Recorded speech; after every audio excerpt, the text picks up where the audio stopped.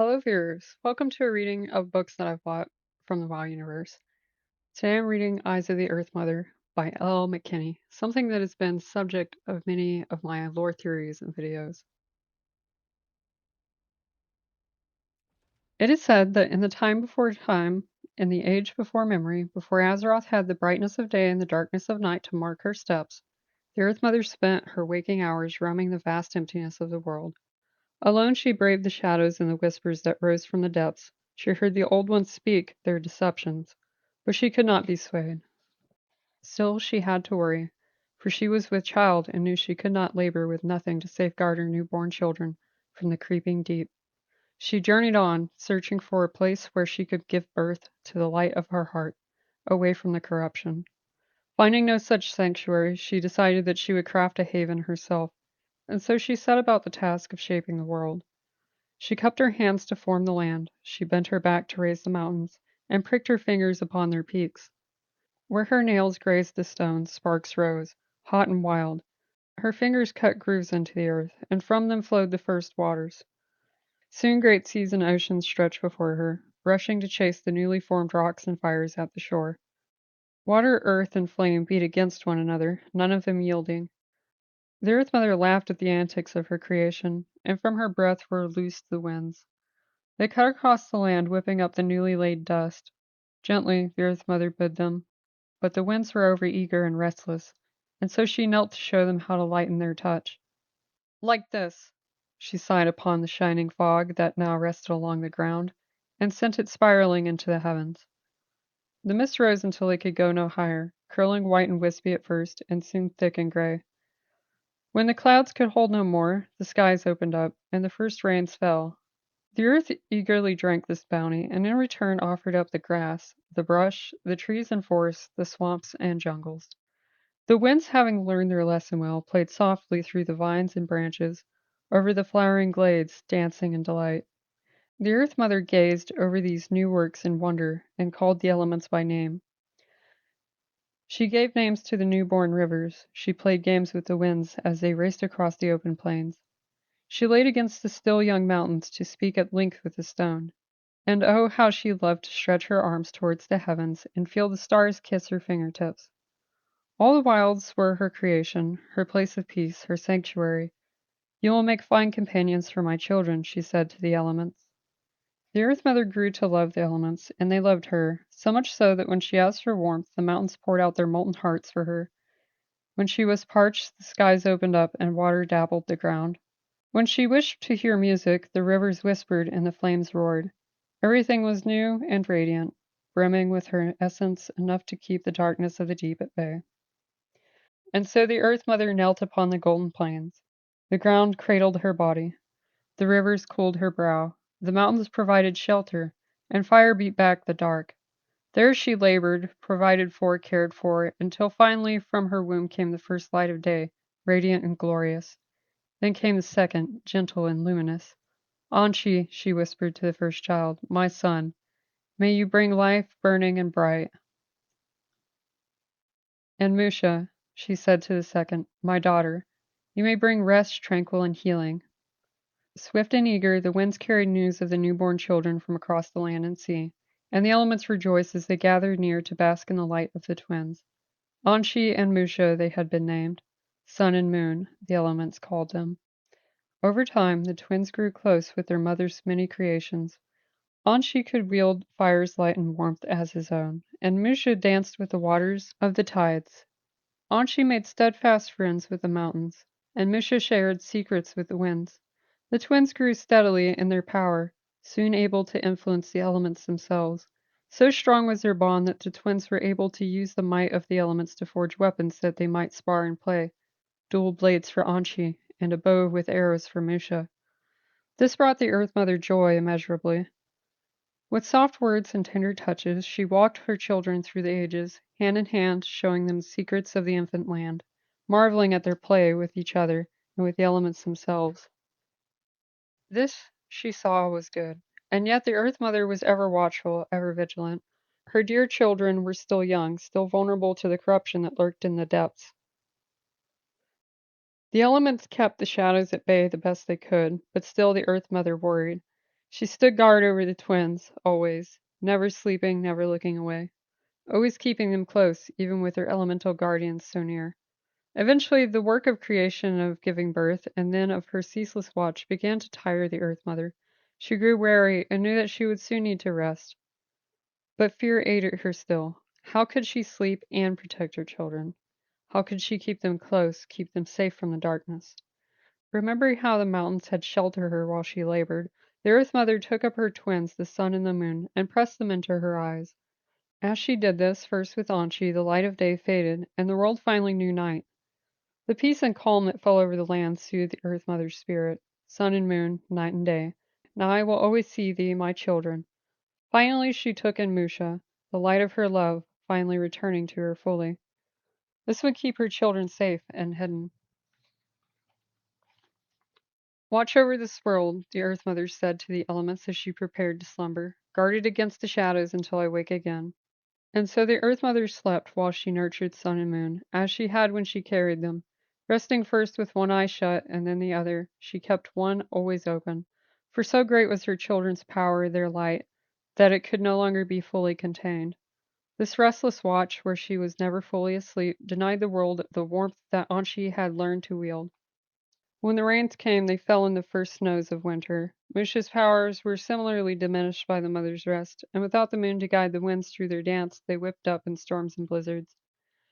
When the Earth Mother had rested enough, she opened her eyes onto the altered world. She saw how the elements had changed in her absence of her children, and she very nearly wept at the sight. But then, as the light of the sun and moon returned with her gaze, the cold storms abated, and all returned to what it once was. This way the beating of her heart dug deep into the earth, and the song of life it carried saturated the soil. The elements consoled her, speaking of the new life that had risen as a result of her time of rest. They showed her the thriving plants and animals among the melting snow to convince her that this too was good, and so the Earth Mother named the seasons in her time of work and her time of rest. From her eyes she showed her children how to guide the elements through these new seasons, how to color the leaves before letting them fall, how to bolster the fields before letting seed take root. And soon as they had with the elements' raw power, Anshi and Musha could bring on the changes at will. Good, Earth Mother said to her children. You have shown me your strength. You have proven your power. You can withstand the dark. This world is yours. I have made it for you. Watch over it and care for all that call it home. But you must still stay safe inside my eyes. And so it was that when the Earth Mother would take her rest from behind her shut eyes, Anshi and Musha's ever-growing power would tend the changes of the world, calling the seasons to their rightful time. The twins nestled in their mother's head together, always near each other, their light shining across the land, from beneath her eyelashes, and when their mother would wake, their radiance would greet her and the precious world below with joy. To see and feel her children grow and prosper gently pleased the Earth Mother and filled her with such love. It brought her joy immeasurable, and she wished to share this happiness with her children. So when it came time for her to slumber next, she stretched over the land, the golden plains cradling her as she slept. When next the Earth Mother woke, she found new life huddled in the shadow of her bosom. Come, she called to these, the first children of the plains. See all that awaits you. Sensing this new life, Anshi and Musha shimmered and marveled. There are so many, Musha whispered. What will we call them? Anshi asked. The Earth Mother plucked wheat from the golden plains and sprinkled it over her new progeny. Shuhalo, she murmured. You are my love made flesh, and I brought you forth so my children would know you, Anchi, Musha, my sun and moon. Teach them what I have taught you, so that they may care for the land and commune with the elements, that they may see my love in you and in all things. And so it was the sun and moon taught the Shuhalo, who came to be known as the Tauren, all that they knew. How to call on the elements, to take gifts from the bounty of the land to make homes and food, to sing and dance and roam the fields, to ferry the rivers and hunt the beasts of the bush. The Shuhalo gave thanks to the elements, to Anshi and Musha, and especially to the Earth Mother, mother of all creation. And for a time it was good. But as the elements turned their attention more towards aiding the Tauren, the old ones trapped beneath the depths watched and waited with patience as ancient as the world itself.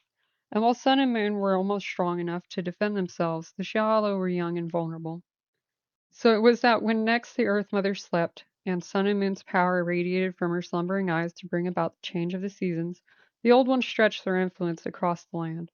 Slowly at first, the shadows crept through the cracks and crevices of the world, then growing bold, swept across the plains until their poisonous whispers pricked the hearts of the Tauren. The Old Ones had their own lesson to teach. Both quiet and innumerable, their voices of hatred, of anger, of greed, of sorrow, and of war. A number of the Shuhalo were deceived by these whispers. These corrupted Shuhalo embraced the words of wickedness and turned on their brethren. They rained down destruction on the land and family they were meant to share. Then there were the ones who lost their light. The darkness invaded their minds and took from them their very selves, until all that remained were broken thoughts and battered beings. Anshi and Musha watched helplessly as the Shihalo were consumed by chaos. They did not know what to do, for their mother had only ever spoken of shadows, not the terrible suffering those powers would bring. Distraught, Sun and Moon cried out in anguish, waking the Earth Mother so that she could see what had been wrought. Instead of water, blood soaked the earth. Fires had turned the forest to ash. The winds howled with vicious storms, and the ground itself shook with a fury that cracked open stone and left the land scarred. All was in disarray, for the Shuhalo had turned the elements loose against one another, and for the first time Tauren slew Tauren. "What is this?" the Earth Mother gasped in horror. "What has happened?" "Something dark," Anshi wailed. "From the deep," Musha lamented. The Earth Mother, saddened by what had come to pass, wept but a single tear.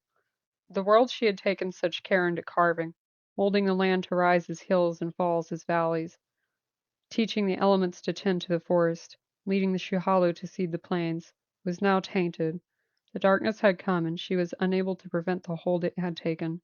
The shadow was rooted in the earth, and anything that touched it could eventually fall.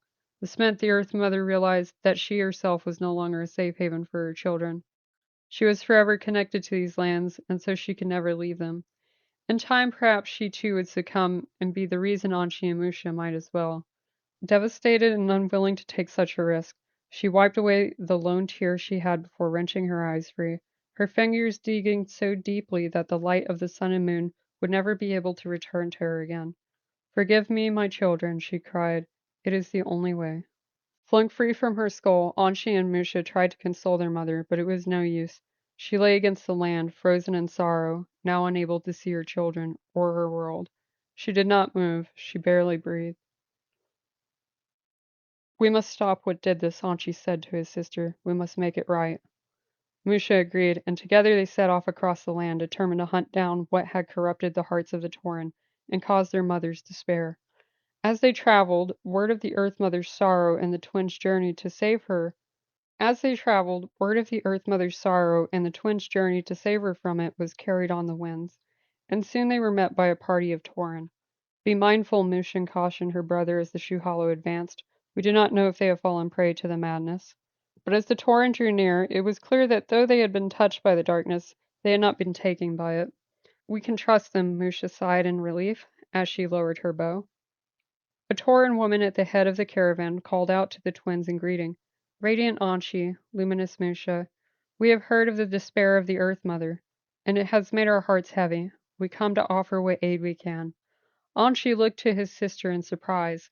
"After what has happened, our mother would not want them to risk so much, and it is our duty to protect them." The Tauren who had spoken for her people called out once more. "Please hear us. Like you, we are her children. We live on her lands. We hear her whispers on the winds.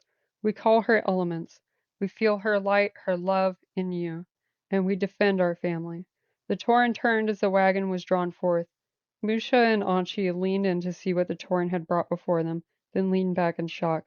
Laid against the bed of long grass rested a baby. His child glowed blue with life and light, kin to the spark that burned in both sun and moon. "We found the baby alone in the fields," the Tauren explained. "We approached a watering hole to rest, but before we could drink, the water receded to cradle this little one." At that, the baby opened their eyes and began to wail. The sound bore into the twins and pricked them in the same way as their mother's sorrow. That is when they recognized the child for what they were. The single tear their mother cried had fallen to the earth, and from it sprung another life. Musha took up the child in her arms, and the babe quieted. "They are our mother's light," she said to her brother.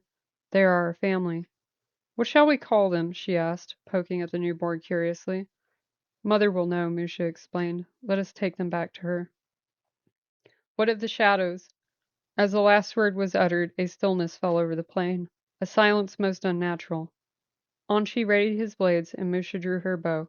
Together they waited and listened, guarding the Tauren and the babe. And then the shadows struck. The darkness was like a beast reaching with its slithering grasp, seeking to tear and sunder. Anshi stood strong as the mountain and fought with the ferocity of fire. Musha evaded quick as the wind, flowing in and out of the shadow's reach like water. The Tauren called forth the elements to aid in the battle. Where the light of the sun's blade burned, the shadows retreated. Where the moon's glimmering arrows struck, the whispers evaporated.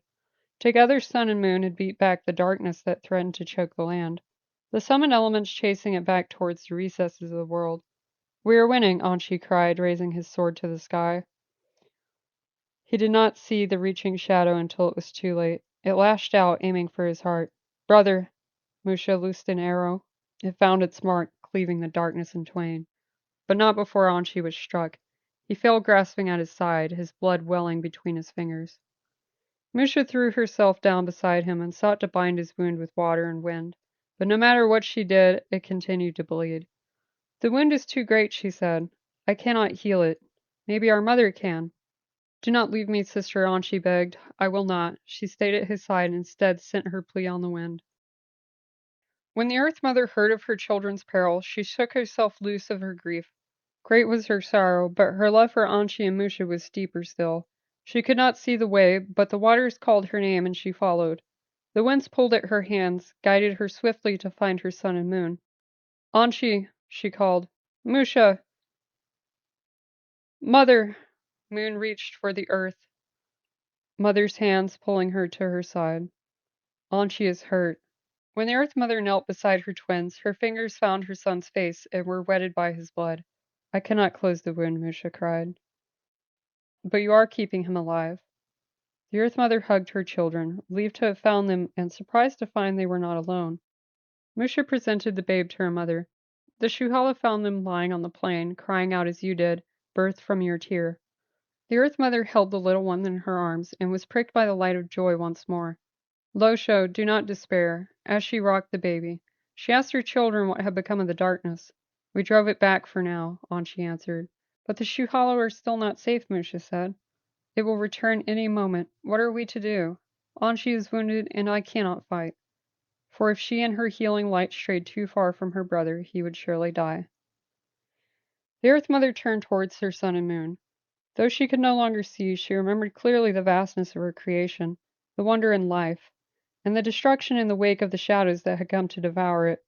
You are right, the Earth Mother said, her voice heavy with sadness, for she knew what must be done. The Shuhalo, my Shuhalo, are free but tainted.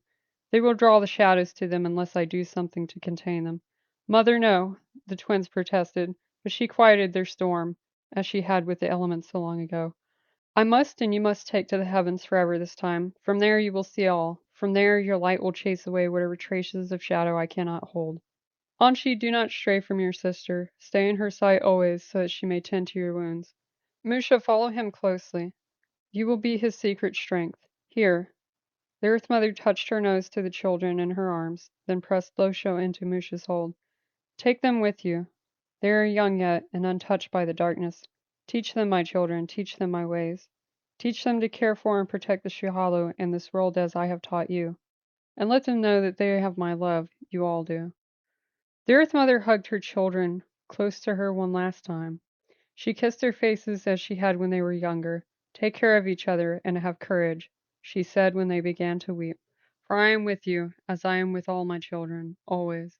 And so the sun and moon returned to the heavens, taking with them the new babe. Her heart heavy, but her convictions firm, the Earth Mother called to the elements for the final time. She summoned the rage of the fires, the rush of the winds, the strength of the stones, the push of the waters. They came to her, and with their aid she stretched herself across the world. She threw her arms wide to lay paths for the Shuhalo to follow. She bent her ear to the winds as they carried the prayers of her children, and with her chest pressed against the earth, she let the beating of her heart dig deep once more. Here she rooted herself. Here she would make her stand.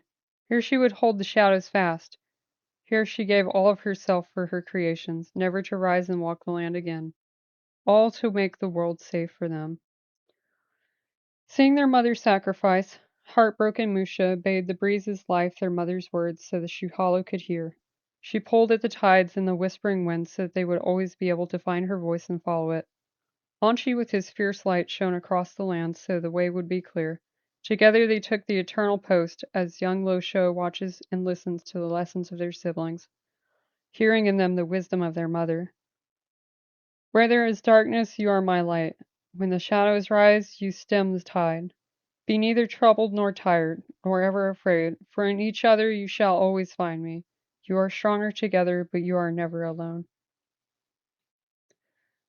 Beneath the now ever-present glow of her sun and moons, the Earth Mother's essence cradles the world close, listening to all that happened. With her body she beat back the darkness. By her love the world was made safe. While the light may be gone from her eyes, the warmth of her heart is undying. And though the Shihalo are no longer what they once were, they will never forsake them, for they are her children, and her love and wisdom will always be there to guide them. The end. What has the wind brought? The river provides. Do you feel the change in the winds? The dark times will pass. The eternal sun guides us. We serve the land. Earth Mother watch over you. May the winds guide you.